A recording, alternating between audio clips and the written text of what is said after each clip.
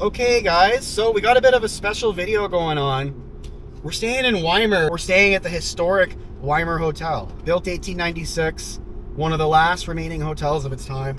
The guy who runs it seems like quite a character, Hans. He's got like this art collection from literally art all over the world. So the hotel was built in 1896, and it was the same people that mined up on all these mines would have stayed in this hotel back in the day, guys. So we'll do a video about the hotel, show you guys the inside. We're gonna walk around Wymer. Wymer was called Quartz Creek initially, and gold was discovered all through this valley, Salmo River, or the Salmon River, in Salmo and stuff. All around, guys, gold was discovered. But Wymer, the name Wymer, because it's a little bit of a weird name, refers to the Norse mythology. Wymer was a Norse god. So, and George Mercer Dawson, one of the great map makers, when he surveyed this area back in the day, he decided to call it the Wymer Range. That was his thing. Very educated man, right? So he knew a lot about different mythology. So he used Wymer as one of the, for whatever reason, he just thought it reminded him of something to do with Norse. There's also the Valhalla Mountains over near New Denver and stuff. So there's quite a bit of Nordic influence or Norse influence basically in and around this area. But Wymer's really cool, guys. Wymer and Salmo, both gold camps, all along this valley, guys. All these mountains, mines everywhere. We're gonna take some of the service roads tomorrow. We're gonna take Oscar Creek. We're gonna do Wildhorse Creek. We're gonna do Porcupine Creek. All these roads, there's not too many places to stop, but I found some good places to stop right near where the mines are. If you want to look at stuff about going into the actual mines, check out Frank from Exploring Abandoned Mines on YouTube. Check his channel out. He did a whole bunch of videos where he actually physically goes up into the mines on Sheep Creek. He did Dorino, the Mother Lode. He was in Wymer too. So if you're more curious for like, I don't really do that, right? That's not my show. That's Frank's thing. He does that, right? But I'm more of the history outside of the mine. So, but if you want to know what the actual inside of the mines looked like and what was going down, go over to Exploring Abandoned Mines and check Frank's channel out, guys. Because he does really good videos and they're really cool. And I've learned a lot from Frank, viewers, right, watching his channel about stuff. So this is the junction for Wymer, guys. You could very easily miss it and drive right past it and not even realize that you're. So this is what remains of the once great mining community that was Wymer. Very small here, guys. No restaurants, not really much. The hotel used to have a bar and a restaurant, but those days are over, guys. Now it's just a small little sleepy town.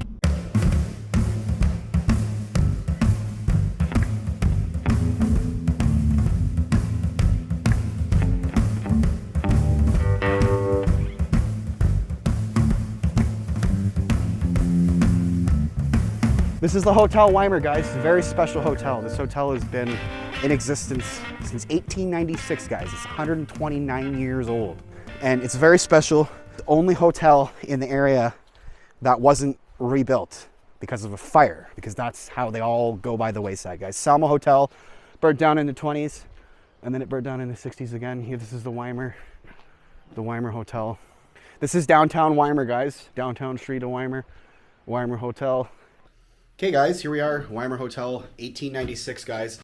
From talking to the guy who runs the place, it's the only hotel in the area that's original. The hallway is very narrow, it's old school. 1896, guys, it never burned down in a fire, thank God. It's all good to go. So let's take a look. There's all this art on the walls. It's a very eclectic art selection. Hans, I don't believe he runs it anymore. He's not running the hotel, but hopefully he hasn't passed on, but he was the one that collected it. So this is one of the this is a nice common room. Wow. This is old school, guys. This is like an old common room, right? Like, so everybody just hangs out together. Oh no, I think this is the king. Oh, is this a room? Yeah, this is a king. Oh, never mind. Okay, well, this is somebody's room that they just leave open because it's Wymer. And look at this old dresser, all the art. You can see lots of character, guys. Look, we can see the ceiling. 1896, guys, so no judgment here. 1896. The fact it's going to turn 130 next year, guys. 129 years old and it's still going. The hallways are very narrow, though. You don't realize the stairs before building code. It's like a maze in here. I'm just doing a tour of the hotel, basically, but these are all the different rooms, guys. This is old school, guys. This is like back in the day. So all the miners would meet in the common room, right? And you'd have drinks. You can play chess. They got a TV here. But that's Wymer. That's downtown Wymer. 220 people, I believe. It's very small, guys. Look at the TV. Oh my God. Boomer moment. All you youngins, you probably don't even know what this is. So this is a tube TV, but it's not only like a tube TV from the 90s, but it's like a proper, look at this, analog knobs. What do we got here? We got contrast. So you know how you have a remote nowadays to adjust everything? Back in the day, guys, this is contrast, this is brightness, this is color, and this is tint. And they got a VCR. Oh, this is on the fringe of like what I know as existence. I guarantee you there's young people here that wouldn't even know how to turn that on. But this is the bar, guys. Oh, they got an upright bass. Nice. Good old upright, eh? Nice. So this stride piano is from 1850s, guys. Black ivory wood and real ivory keys. It's a 170-year-old piano.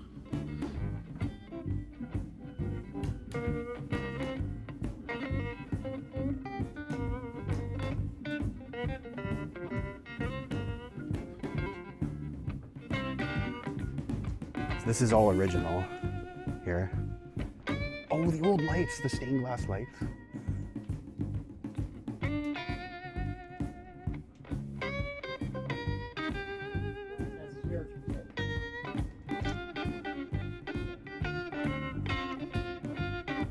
Oh, the snacks corner, nice. I love the music too. All the cool little pieces of art everywhere.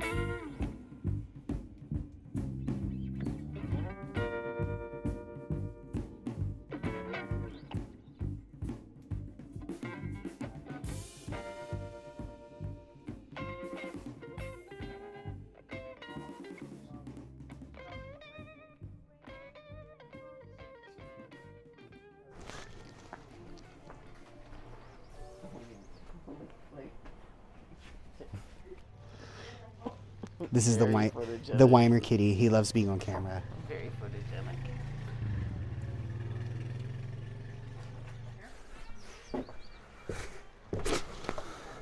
Yeah, so this is downtown Wymer, guys. It's the Wymer Hotel.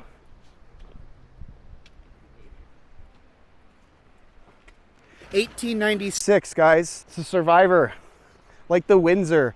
To my knowledge, from what I can recount, there's like the Caslow Hotel, the Salmo Hotel, and a few other hotels. They may look historic, but from what I've heard, they've been redone because they burned down in fires, or the Caslow Hotel burned down in a fire, and then the Salmo Hotel burned down twice in the 1920s and the 1960s.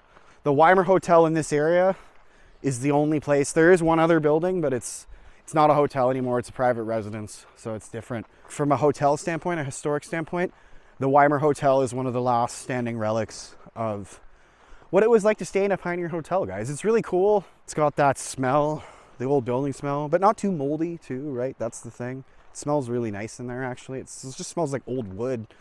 And the other thing about these old buildings, actually, that reminds me, is they were built out of old wood.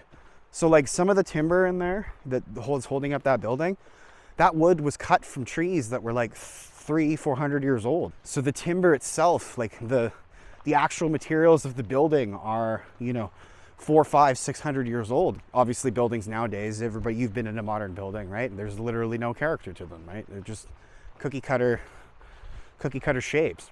You notice how it's really flat and nice. It's got that perfect spacing. So you just envision a railway track coming down here and the train chugging along as it does. But like I said, that's usually how you can tell that these are all rail grades. Is railways don't go up like roads. Like the infrastructure, the engineering behind a railway and a road are different. Like my truck, for example, can go up grades 15, 20, 25%, even more. I've done even more off-road. Officially, I think roads cap out at about 30. There's a road in California, I believe, that goes to 27% grade, which is insane. The most I've seen here is 25 in British Columbia, which is 11 is, guys, 11 is nuts. You're on 11% grade, you're like, this is steep. So a 25% grade is like you're almost near vertical, to give you guys kind of a, like anybody who hasn't done any off-roading. So 25%, so a 30% grade, like 29% or whatever in California, that's like, you're going down fast. This is the railway, guys, Nelson Fort Shepherd Railway. So you walk this trail, which you can do, take you all the way up to Nelson. And then there would have been a terminal there, and they would have loaded ores like, you know, silver ore, primarily Toad Mountain in Nelson. Toad Mountain's just like right over there, a little bit further away. But this is the river, guys, the Salmo River. So placer gold was initially discovered on the Salmo River. And then all of a sudden guys started cluing in and being like I said, whenever you discover placer gold, you basically look at two things. How deep is it? And what is the size, morphology of the nuggets? And if the nuggets are like really smooth and circular and kind of small, well, that will tell you that they've traveled a far distance. If they're chunky and square and have like pieces of quartz or other material still attached to them, that tells you that it's probably come from somewhere up there and there's a vein. This is where they would have discovered gold, placer gold. So anyways, like I was saying, that placer gold discovery, guys, would have led them to the realization that there's hard rock gold here. So basically now, what the thought process is like, okay, so we found big chunky placer gold in the river. What we now have to do is figure out where, follow it up to where the chunks keep getting bigger, keeps getting coarser. This is why when you hear guys say, oh, the gold's really coarse, everybody gets really excited. That's because it means it's big. When they say it's like coarse gravel, for people that aren't familiar with geology terms or just earthworks terminology in construction, coarse gravel, guys, is really thick gravel. It's nice and big, it's chunky, like 3/4 kind of, even bigger. That's what you want with gold, because if you're getting little pieces of gold like that big, that means it hasn't gone very far. Like when you're in the Tulameen, the Similkameen, all kinds of different areas, the Caribou, the gold can fluctuate quite greatly in its size, its shape, even color, right? Depending on, sometimes you have gold from multiple different areas all coming into the same area, but the area is moody. I remember watching the Gold Trails and Ghost Towns about this, and Bill Biley was like, he's like, yeah, you go into Salmo and Wymer and Sheep Creek and these old areas, and he's like, there's just a mood.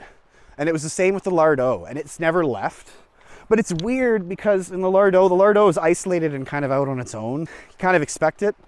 But like Salmo and Wymer, Nelson is like 30 kilometers that way, and Roslyn and Trail is like, you know, 30, 40 clicks the other way, south. So it's kind of in the middle. This is the Salmo River, guys. So they would have discovered placer gold here, and like I said, that led them to the thought that there's gold all along these hills, and we're gonna look at a lot of these mines, guys. There's a lot. It's a lot. Like there's a lot of mines here and a lot of prodigious producers, guys. Buggy, guys. Lots of mosquitoes. Oh, Santa Rosa. Whoo! Like horsefly, guys. I don't know if you guys ever been to the Caribou. Some of you guys that got claims in the Caribou, you know what I'm talking about. Those bugs, man. Same thing with the Yukon, Northwest Territories. Yeah, no, you get eaten alive in the bush. Here we are, back at the rail grade. ATV trail. You frankly could drive down this with a truck, but you're not allowed. From as far as I know, the Columbia and Western Rail Trail is the only trail you're actually allowed to have a motor vehicle on. When they say 20 clicks, they mean dirt bikes, ATVs, side-by-sides. But Wymer today, guys, talk about the present day Wymer and where it's at. It's pretty much an arts community and just a retirement community, guys. Like a lot of these old places. It's a nice quiet place to come and retire and live a life and just enjoy. Or if you're an artisan or a small business owner and you need a cheap place to run your business or do business, especially artists. In the Kootenays, lots of artists. Very laid back that way. They love smoking weed here too. Everybody in the Kootenays loves smoking weed. Even back in the day. This is the Wymer Hotel. 1896, guys. So, beautiful rail trail. We're back at Wymer. Pretty much 2-3 streets, guys. That's about it. So, and then the beautiful Wymer Hotel. So we're just walking through, guys. This was apparently all added on later, after, but this is the hotel. Oh, this is all washroom stuff. The Arboretum, guys. This old art, so eclectic.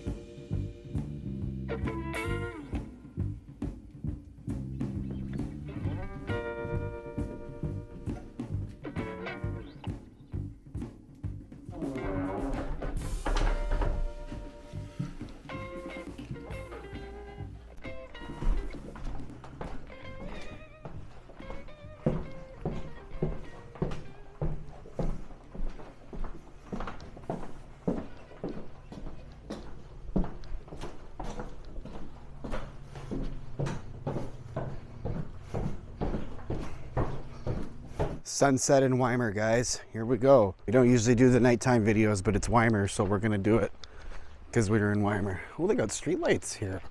Look at that, eh? Yeah, we're at dusk right now, guys. It's coming down right now. Sun's coming down. Wymer Hotel. Get a night shot of it. Look at all the streetlights. This is currently Saturday night in Wymer, guys. One street, and then there's about 2-3 other streets. It's all just people's houses. So back in the day, guys, Wymer would have been bumping. People came from Salmo, people came from Caslow, people came from Nelson. People came from all over to come to Wymer because Wymer was one of the big gold mining towns, guys. At one point, it was like the 5th largest gold mining region in the entire British Empire. Wildhorse Creek over there, Oscar Creek, Porcupine Creek, all the way down to Salmo, guys. Placer gold would have been discovered around here, and that led people on.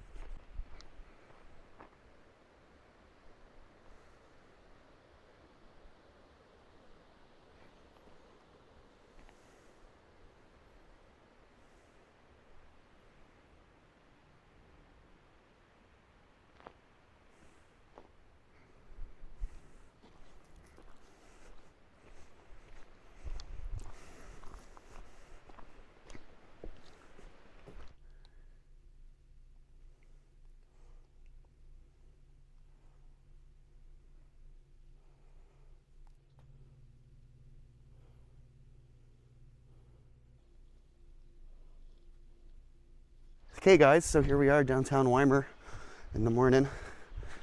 This is the Wymer Hotel. Beautiful, beautiful hotel, guys. 1896, it's had some work done to it. It's been well taken care of, fully restored, new plumbing, electrical, so it's really nice, guys. It's doing really, really well. Early mining history. As the gold rush was slowing on the Pend Oreille and the miners were moving north, gold was discovered in the area surrounding Quartz Creek. Jerome and Joseph Petra and Oliver Blair struck it rich in the mountains around 1895. They staked the first claims of what would now become the Wymer mine. They traveled back to their hometown of Colville, where the word of their discovery soon spread. In the following years, many more claims were staked in the area. With the completion of the railroad, the staking of the mines, Wymer really blossomed as a major mining community. The Wymer mine started out as a 40 stamp mill and later added another 40 stamps, making it the largest stamp mill in the British Empire. Many more miners came to the area after the railroad was put in. By 1897, the booming town of Wymer had 11 hotels, a bank, post office, church, barber, plumber, mining broker, blacksmith shop, notary public, public school, newspaper, police station, mine recording office, mine engineer and assayer, physician and surgeon, 2 hardware stores, P. Burns and Co. butcher shop. The Wymer Waterworks was also established in 1897 and was headed by J.W. Ross. The population of Wymer in 1897 was 800, another 400 living and working in the surrounding mines. As well as mining, many men were employed in logging in the sawmills. By 1904, Wymer had 1,100 residents. Late in October of that year, a massive fire broke out and many of the buildings and homes burnt to the ground. After depletion of the ore, Wymer fell on hard times, except for the war years, 1914 to 1918. When World War II began, many young miners left to fight in the war and Wymer's population bottomed out to 125 people. However, mining was not necessarily finished in this area, and there was no doubt still minerals to be found in the mountains surrounding Wymer, including gold, silver, lead, zinc, and tungsten. Unfortunately though, Wymer will probably never be the prosperous mining town that it once was, and the minerals may remain hidden forever. But you can see all these mines. So Porcupine Creek, guys, this is where we're gonna go down, the Jubilee Mountain, Jubilee Mine. Jubilee's right here, Nevada, all here. Wildhorse Creek, Bear Creek, Oscar Creek, Porcupine Creek, Dundee Mountain, Jubilee Mountain. Down closer towards Sheep Creek is like Reno Mountain. So Puerto Rico, Spotted Horse up near Puerto Rico. You can see, guys, look at all the mines everywhere. The Wildhorse Creek, the Wymer, Blackhawk, all the way up, guys. It gets really, there's just tons of them everywhere. So here we are, guys. Rossland is here, Trail, Fruitvale, Salmo, Wymer. The Fort Shepherd Railway starts in Nelson. It goes all the way down through the valley to here, Fort Shepherd. Fort Shepherd's right here. Rail expansion began with the drive to find huge deposits of gold, silver, lead, and copper in the area in the 1880s and 1890s. This section of rail was built by American Daniel Corbin. His Spokane Falls and Northern Railway reached navigable water on the Columbia, only 24 kilometers south of the Canada-US border. Corbin continued building his railway north and completed the Nelson and Fort Shepherd Railway in 1893, providing Nelson with an uninterrupted line to Spokane, Washington. Another significant step in the railway expansion was opening of the Great Northern Railway line. In 1898, Great Northern Railway acquired a controlling interest in both SF&N and FS railways, and 2 years later acquired running rights to the new CPR station in Nelson, and merged into the Burlington Northern System in 1970. In the early days, the rail line formed an important connection for the West Kootenay mining towns, allowing efficient shipping of their rich ores to the U.S. passenger traffic between Nelson and Spokane from 1893 to 1941. All train traffic into the region ceased in 1898, except in the section between Waneta and Rossburg that continues to see active rail use to this day. So guys, this is going to conclude our Wymer video. I hope you enjoyed it. Don't forget to like and subscribe. Hit the bell icon to get notified. Leave a comment. I'd love to hear from you. And Sasquatch Prospector out.